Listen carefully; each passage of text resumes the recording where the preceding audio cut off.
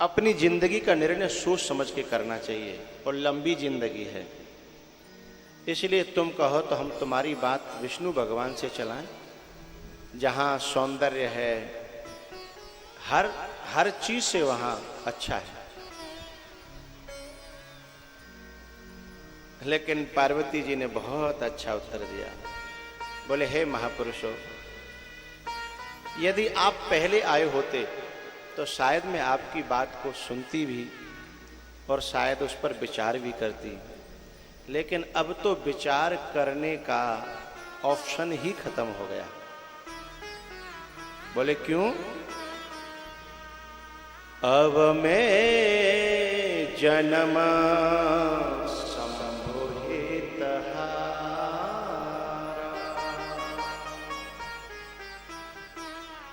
कल एक बड़ी प्यारी बात हमने आपसे कही थी कि जहां शिकायतें होती हैं और कोई कहे कि हमें प्रेम भी है तुमसे, तो हसब ठटाए फुलाऊ व गालू दुई की एक संग होए बुहालू, ये दोनों चीजें एक साथ रह नहीं सकती। या तो कहीं ना कहीं प्रेम में कमी आई है, इसलिए शिकायत उत्पन्न हुई है।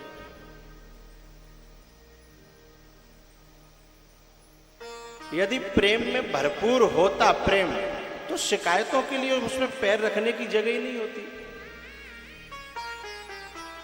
ये दोनों एक साथ नहीं होते। शिकायत भी और प्रेम भी।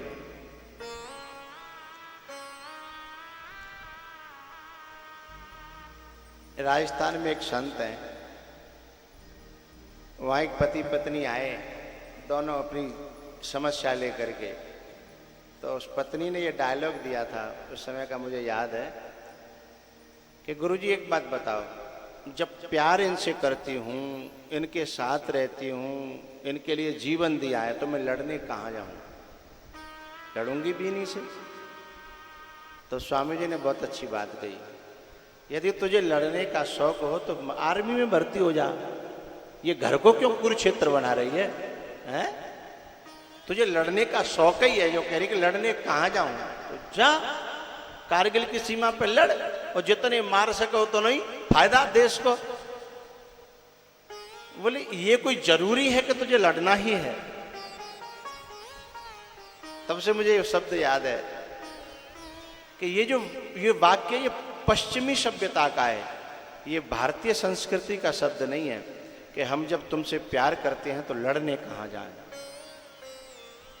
लड़ करके हम उसे कुरुक्षेत्र बना रहे हैं और प्यार करके हम उसे वृंदावन बना रहे हैं। घर वही है, अब हमें तय करना है कि कुरुक्षेत्र बनाना है या वृंदावन बनाना है।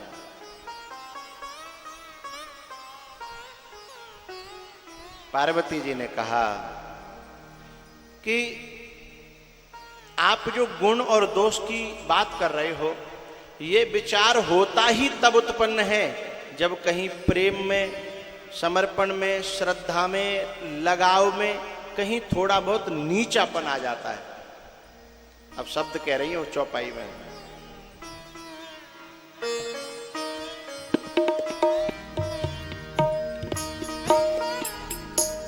को दूषण गुण करे विचारा, को गुण दूषण, क्योंकि विचार करने वाला दिमाग ही नहीं रहा, क्योंकि जहां दिल है वहां दिमाग काम नहीं करेगा, और जहां ज्यादा दिमाग है वहां दिल काम करना बंद कर देगा।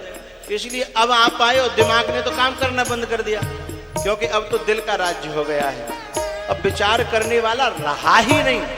पहले तुम आए होते तो शायद विचार भी होता।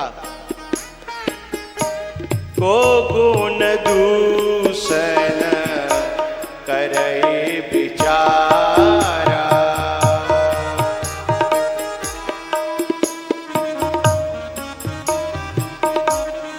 तो बोले तुम्हारे अंदर दिमाग नहीं रहा? बोले नहीं। बुद्धि नहीं रही? बोले नहीं। कहाँ चली गई? बोले ये जीवन ही, जीवन में सब चीज आती हैं, दिमाग, बुद्धि, दिल, ये सब जीवन में आती हैं, और ये सब उठा करके मैंने अब मैं जन्म संबोहित हारा,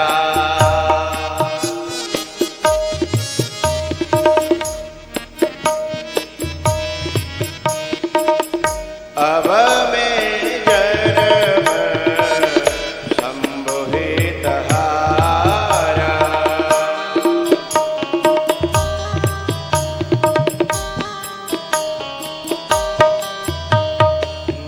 को गुण दूषण करई विचारा,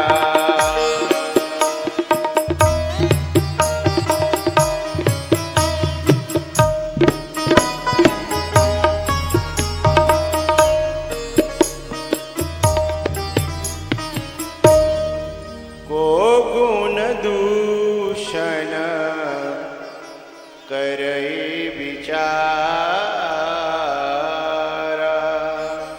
अब मैं जन्म संबोहित हारा।